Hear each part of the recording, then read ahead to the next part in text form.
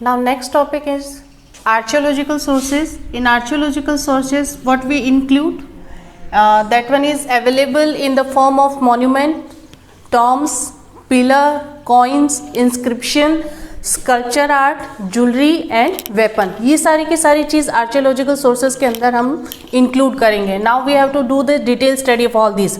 Now what is inscription? Inscription, various monuments and pillars on the walls of royal places, including royal order, proclaims important events. इसके अंदर क्या होती है, जो royal court के अंदर जो दीवारें होती हैं और पैलेसेस की जो वॉल्स होती है उसके ऊपर जो किसी इम्पॉर्टेंट इवेंट के बारे में उसके ऊपर मेंशन किया जाता है या फिर लिखा हुआ होता है. Study of inscription is called epigraphy. Okay, now look at the Taj Mahal. Taj Mahal तो देखा होगा आपने, पिक्चर्स में देखा होगा या फिर बुक में देखा होगा. इसके जो पिलर्स है इसके ऊपर कुरान लिखी हुई है, कुरान को राइट किया हुआ है. तो कहने का मतलब पुराने टाइम पे जो रिटन मटेरियल होता था ये इनके थ्रू हमें मिलता था. Now next is monument. Monument के अंदर क्या होगा, इसके अंदर आपको स्टाइल देखने को मिलेगी कि किस स्टाइल में वो बिल्डिंग बनी हुई है, डिज़ाइन उसका क्या है, मटेरियल कैसा यूज़ किया है, टेक्नोलॉजी उसमें कौन सी यूज़ की गई है.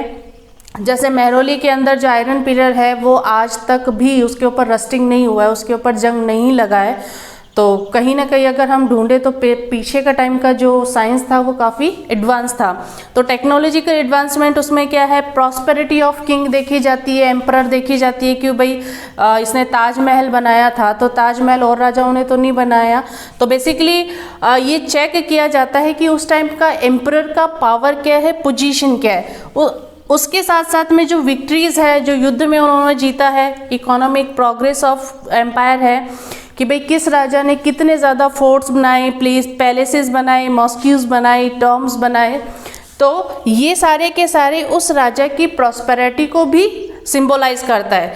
Now again we have to talk about the Taj Mahal.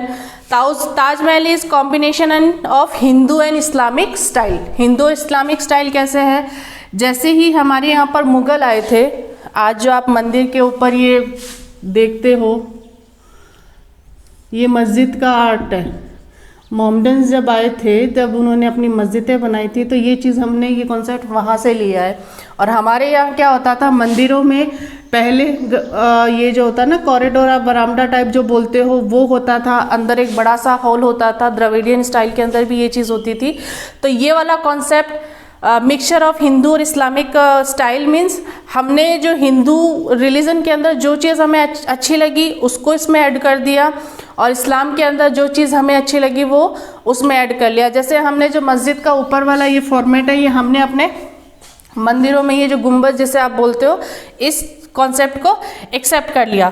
तो कहने का मतलब ये है जो मिक्सचर ऑफ हिंदू और इस्लामिक स्टाइल, डायनेस्टीज आई है, डायनेस्टीज के साथ में कल्चर चेंज हो रहा है, आर्किटेक्ट चेंज हो रहा है, बहुत सारे नई नई साइंस में टेक्नोलॉजी भी चेंज हो रही है. तो ये सारी की सारी चीज़ जो कॉम्बिनेशन है वो आपको इसमें ताजमहल में देखने को मिलेगा. ठीक है, बाहर बड़ा सा गार्डन है, फिर अंदर जाते हैं बरामदा है, फिर रूम है, फिर वहाँ पर ये ग्रेवयार्ड है. ओके, नेक्स्ट इज पुराना किला, जामा मस्जिद, रेड फोर्ट, हवा महल एंड वृदेश्वर टेम्पल इन तंजौर. ये सारा का सारा हिंदू और इस्लामिक कल्चर का एक गुड कॉम्बिनेशन रिप्रेजेंट करता है. Okay, now we have to study about the coins. Coins study is called numismatics. ठीक है, न्यूमेटिक्स कहा जाता है इसकी स्टडी करने वाले को. अब इसके अंदर कॉइन्स के अंदर आप क्या देखोगे, कॉइन्स किसी राजा ने सोने के बनाए, किसी ने चांदी के बनाए, कोई तांबा बना रहा है, कोई ब्रॉन्ज बना रहा है, कोई मिक्स मेटल ले रहा है, किसी ने शीशे के कॉइन्स भी बनाए थे. तो बेसिकली ये उस टाइम पीरियड की जो किंग है, एम्परर है, उसकी प्रॉस्पेरिटी को, इकोनॉमिक डेवलपमेंट को ये रिप्रेजेंट करता है. उसके साथ साथ में किंग कॉइन्स के ऊपर कहीं तो राजा का पिक्चर बना हुआ है, कहीं किसी गॉड और गॉडेस का पिक्चर बना हुआ है, कहीं किसी एनिमल का पिक्चर बना हुआ है. तो बेसिकली ये कॉन्सेप्ट हमें ये रिप्रेजेंट करवाता है कि जैसे हमने भी देखा होगा एक पुराना सिक्का था हमारा, 1 रुपये का सिक्का, जिसके ऊपर जो ये गेहूं की ये जो दाने दाने से नहीं आते इस तरीके का पिक्चर आता था. अब वो नहीं आता. तो ये उस टाइम के टाइम पीरियड को रिप्रेजेंट करता है कि उस टाइम में किस चीज़ को ज़्यादा वेटेज दी जाती थी। और इसके साथ साथ में जो ये वहाँ के जो किंग होते थे उसकी डायनेस्टी के बारे में, रूलर के बारे में, पॉलिटिकल अप एंड डाउन्स जो आए हैं उनको भी ये कॉइन्स रिप्रेजेंट करते थे। अगर हम कहें डायरेक्टली उसके ऊपर कॉइन्स के ऊपर मेंशन भी होता था, किसी राजा की पिक्चर है तो उसका बर्थ मेंशन होगा, किसी राजा ने किसी जगह विक्ट्री हासिल की है तो उससे रिप्रेजेंट करता हुआ कोई ना कोई सिंबल उसके ऊपर मेंशन किया जाएगा। Now next topic is sculpture and painting. Means medieval period को आप जानने की कोशिश करोगे आर्कियोलॉजिकल सोर्सेज के अंदर तो बेसिकली ये भी आपको मिलेगा। स्कल्पचर और जो ये पेंटिंग का थीम है पुराने टाइम में आपने देखे हैं, अगर हम बहुत बैक से स्टार्ट करें तो हमारी जो लैंग्वेज स्टार्ट हुई थी वो पेंटिंग के थ्रू ही हुई थी। पिक्टोरिकल लैंग्वेज हुआ करती थी, पहले केव्स के ऊपर लिखा हुआ होता था, बेसिकली सिंबल्स उनके पास होते थे जिनको रिप्रेजेंट करके वो लैंग्वेज यूज़ करते थे। धीरे धीरे हम लोग डेवलप होते गए, डायनेस्टीज़ आई है, एम्परर्स आई हैं। एम्परर्स आने के साथ साथ में बहुत कुछ चेंजेस भी हमारे साथ में आए हैं। अब उसके अंदर स्कल्पचर की बात करें, जो मूर्तियाँ उस टाइम पे बनती थी, स्टोन जो उस टाइम पे बनते थे, तो आज के टाइम पे अगर आप कहीं भी घूमने के लिए जाते हो तो जो पुराने ये फोर्ट हैं, टेम्पल्स हैं, इनके चारों तरफ जो मंदिर के जो बाहर जो मूर्तियाँ बनी हुई होती है, अगर उसको आप बारीक से स्टडी करोगे ना तो वो बहुत ज़्यादा अपने आप में एक यूनिक आर्किटेक्ट है, यूनिक स्कल्पचर वहाँ पर मेंशन किया हुआ है। एक साथ 5-5 मूर्तियों को जोड़कर बनाया गया है और कहीं कहीं तो जैसे एक पत्थर को ही यूज़ किया गया पूरा का पूरा टेम्पल बनाने के लिए, जैसे कैलाशनाथ का टेम्पल था। अब उसके अंदर देखो इनकी थीम क्या होती थी, माइथोलॉजी। माइथोलॉजी की मीन्स भगवान से रिलेटेड होता था, रिलीजियस फैक्ट इसके अंदर इंक्लूड होता था। नेक्स्ट जो पेंटिंग होती थी तो पेंटिंग ये नहीं है कि भाई बड़ी बड़ी पेंटिंगें बनाई जाती थी, राजा महाराजाओं की बनाई जाती थी। उसके बाद में जो मिनिएचर आर्ट था, मिनिएचर मीन्स जो छोटी जिसे बोलते हैं छोटी साइज में पेंटिंग बनाना, वो भी मिडियावल पीरियड के अंदर स्टार्ट हो गया था। स्कल्पचर में अगर हम देखें तो गोल्ड है, ब्रोंज है, वुड है और इनको यूज़ करके, इन सारे मेटल को यूज़ करके गॉड और गॉडेस की मूर्तियाँ बनाई जाती थी और राजाओं की भी बनाई जाती थी। ये डिपेंड करता है उस टाइम के एम्परर की इकोनॉमी के ऊपर, ठीक है। और सबसे बड़ी चीज़ है कि हमारे आपके जो कंपास आता है उसके ऊपर जो नटराजा का पिक्चर बना हुआ होता है, डांसिंग नटराजा, वो चोला पीरियड से लिया गया है। तो ये भी एक यूनिक चीज़ है जो हमें मिडियावल पीरियड से मिली है, मिडिल एज से मिली है। नेक्स्ट हम बात करेंगे old and new religion.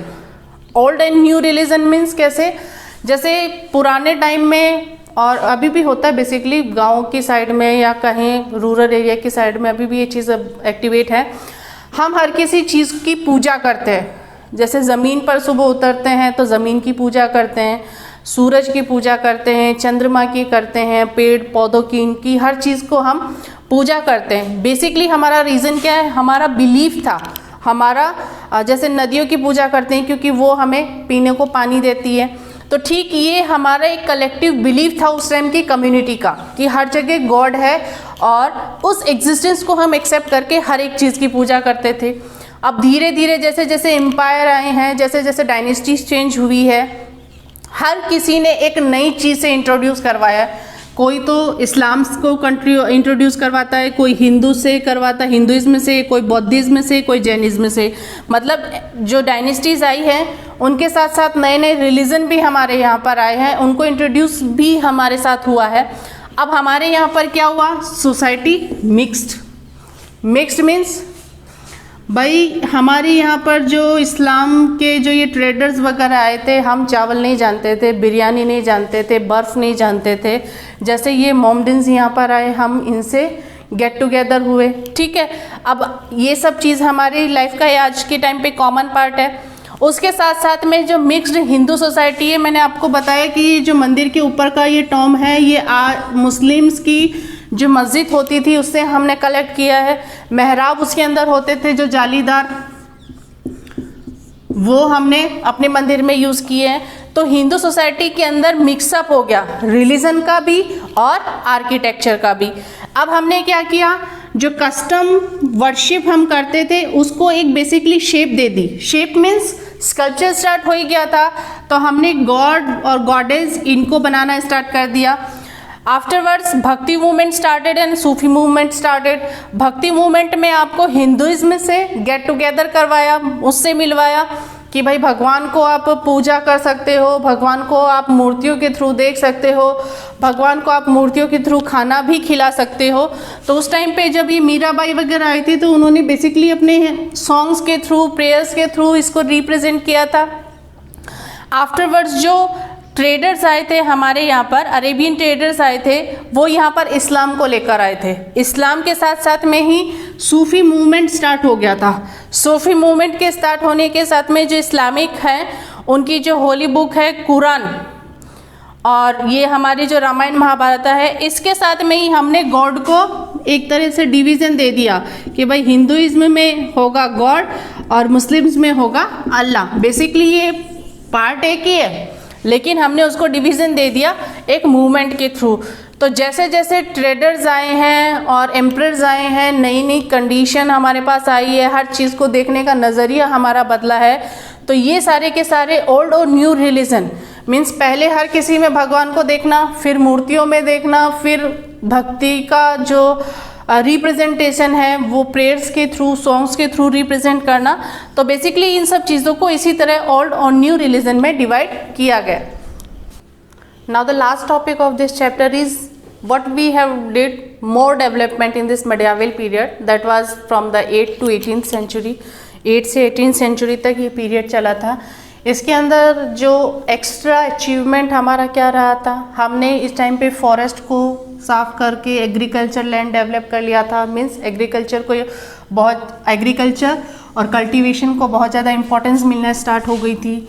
Society with variation means society के अंदर अब यही नहीं थे कि सिर्फ किसान ही किसान थे, किसान उसके अलावा उसमें आर्टिस्ट भी थे, स्कल्पचर भी थे, गोल्ड स्मिथ भी थे, हर कैटेगरी के लोग इसमें आ गए थे। और उसके साथ साथ में जो कास्ट का डिवीज़न है वो भी मेडिएवल पीरियड के अंदर हुआ था। इंडिया स्प्रेड नॉलेज, अब आपको तो पता ही है India was known as a world teacher. तो उस टाइम पे जो नॉलेज था उसको पढ़ने के लिए बाहर से बहुत सी कंट्रीज से लोग यहाँ पर आते थे। तो उनके आने के साथ साथ में हमारी जो टेक्नोलॉजी डेवलप हुई, जैसे टेक्नोलॉजी कैसे, जिस व्हील को पोट बनाने के लिए काम में लिया जाता था उसी व्हील को अब वीट के लिए भी यूज़ किया जाने लगा और यान बनाने के लिए भी किया जाने लगा। मीन्स एक व्हील बहुत से काम करता था। लास्ट है पेपर का इन्वेंशन भी इसी टाइम पे हुआ था। जो आप हिस्ट्री पढ़ रहे हो वो आज इसी पेपर की देन है, क्योंकि उसके ऊपर जो भी मटेरियल लिखा हुआ है, लिटरेरी सोर्स है, जो जेम्स है पुराने टाइम का, वो आज हम स्टडी कर पा रहे हैं। अराइवल ऑफ न्यू रिलीजन, आप कैसे कॉन्सेप्ट को क्लियर करोगे? Arrival of new religion means foreign traders के साथ साथ में जो इस्लामिक ट्रेडर्स, अरेबिक ट्रेडर्स हमारे यहाँ पर आए थे, जो इस्लाम को लेकर आए थे। Now we got the fusion of tradition. I will explain what is the fusion of tradition. आज आप देखते हो एक कोर्स होता है फैशन डिज़ाइनिंग का। फैशन डिज़ाइनिंग के अंदर एट प्रेजेंट क्या होता है, आप जीन्स पहन रहे हो, जीन्स के ऊपर कुर्ता पहन रहे हो, ठीक है। और जैसे ये पुराने टाइम का जो कल्चर है उसमें थोड़ा मॉडर्नाइजेशन दे दिया गया था उसमें। जैसे कि ये हमारे यहाँ पर आए थे, इस्लामिक हमारे यहाँ पर आए थे, उससे पहले हमें ही नहीं पता था कबाब क्या होता है। ये नॉनवेज नहीं होता, वेजिटेरियन भी होता है। बिरयानी क्या होती है, चावल क्या होते हैं, आइस क्या होती है, ये चीज़ हमको इन्होंने इंट्रोड्यूस करवाया। अब उसमें हमने फ्यूज़न डाल के और ज़्यादा नए टेस्ट क्रिएट कर लिए। कुर्ता पजामा हमने इसी टाइम से पहनना सीखा था। जो ताजमहल है, रेड फोर्ट है, वो आर्किटेक्चर मटेरियल भी हमें इसी टाइम से मिला था। Now fusion of tradition. Fusion of tradition को आप इस तरीके से समझो, जैसे आज हम कहीं भी जाते हैं कोई भी फेस्टिवल सेलिब्रेट करते हैं और या कोई भी पूजा पाठ करते हैं तो बेसिकली धोती कुर्ता पहनना पड़ता था। पुराने टाइम पर साड़ी पहननी पड़ती थी, लेकिन आज हमने उसको थोड़ा सा डाइवर्ट कर दिया है, जो इसी चीज़ के अंदर हुआ है, जो फ्यूज़न आप समझ रहे हो। इसके अंदर क्या होता है, जीन्स के ऊपर आपने कुर्ता पहन लिया, ठीक है। अब इसके साथ साथ में ये जो चावल है, बिरयानी है, कबाब है, ये चीज़ें उस टाइम पर आई थी, तो हमने उसको धीरे धीरे इतना ज़्यादा डेवलप कर लिया कि आज इसी चीज़ के साथ में हमने बहुत सारी चीज़ों को कोरिलेट कर लिया है। Okay, now we have to talk about the more languages. Languages कैसे, पहले एक पर्टिकुलर जो हमारे यहाँ पे संस्कृत है, प्राकृत है, ये लैंग्वेज यूज होती थी, और ब्राह्मी है, खरोष्टी है, ये स्क्रिप्ट यूज़ होती थी। लेकिन जैसे ही ये इस्लामिक के कॉन्टेक्ट में हम आए, हमने एक नई लैंग्वेज को सीखा, और वो लैंग्वेज कौन सी थी? उर्दू। ठीक है, अब जो इस चैप्टर का जो बेसिक है वो क्या है कि मडियाविल पीरियड के अंदर आपने क्या क्या अचीवमेंट किया, क्या क्या आपका जो अचीवमेंट था, उसके साथ साथ में जो स्टडी का मटेरियल है वो कहाँ से मिलेगा। तो स्टडी का मटेरियल यही होगा, जो मॉन्यूमेंट्स है, जो स्क्रिप्ट है, आर्कियोलॉजिकल सोर्सेज है, लिटरेरी सोर्सेज है, उनसे हमें स्टडी करने का ये सारा का सारा मटेरियल मिलेगा। और ये सारी की सारी चीज़ें जो हमारी हिस्ट्री में है, वो जो पुराने टाइम पे जो रॉयल कोर्ट्स होते थे, रॉयल कोर्ट के अंदर जो रॉयल कैलीग्राफर होते थे, जो लिखते थे, आज उन्हीं के बेसिस पे ये सारा का सारा स्टडी मटेरियल अवेलेबल है।